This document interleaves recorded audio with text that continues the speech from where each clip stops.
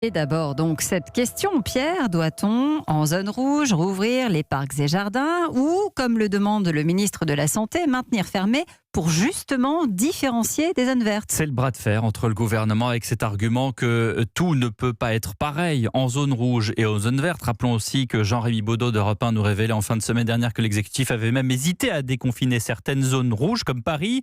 Mais voilà, le revers de la médaille, c'est la densité de la population. Et à Paris, eh bien, avec le monde qu'il y a, les autorités locales ont peur du repeuplement dans les zones déjà accessibles. Élise Dangean a rencontré les Parisiens qui n'attendent que la réouverture des parcs. Là, il y en a marre de traîner comme ça, un peu autour des places qui sont déjà pleines de monde. Pour donner de l'espace à ses habitants, la mairie de Paris propose la réouverture de près de 170 parcs et jardins sur les 400 que compte la capitale. Le tout dans des conditions très réglementées. Port du masque recommandé, voire obligatoire pour les adultes, aires de jeu fermées aux enfants et activités statiques interdites, bref des parcs pour se balader.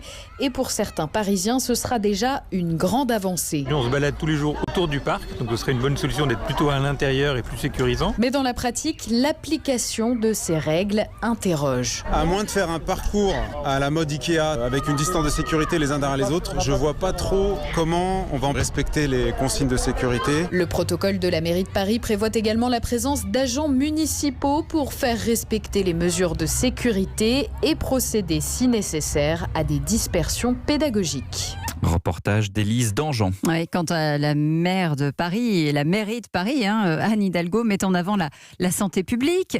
Emmanuel Grégoire, le premier adjoint, énumère justement, vous allez l'entendre, toutes les recommandations. On a les mêmes objectifs que le gouvernement, c'est-à-dire accompagner la stratégie de déconfinement sans prendre aucun risque sanitaire. Et nous pensons que l'ouverture des parcs et jardins permet de desserrer la pression sur la fréquentation de l'espace public à des conditions strictes de fonctionnement qu'on est prêt à assumer, à mettre en œuvre et à contrôler, en recommandant le port du masque et peut-être en tendant vers l'obligation.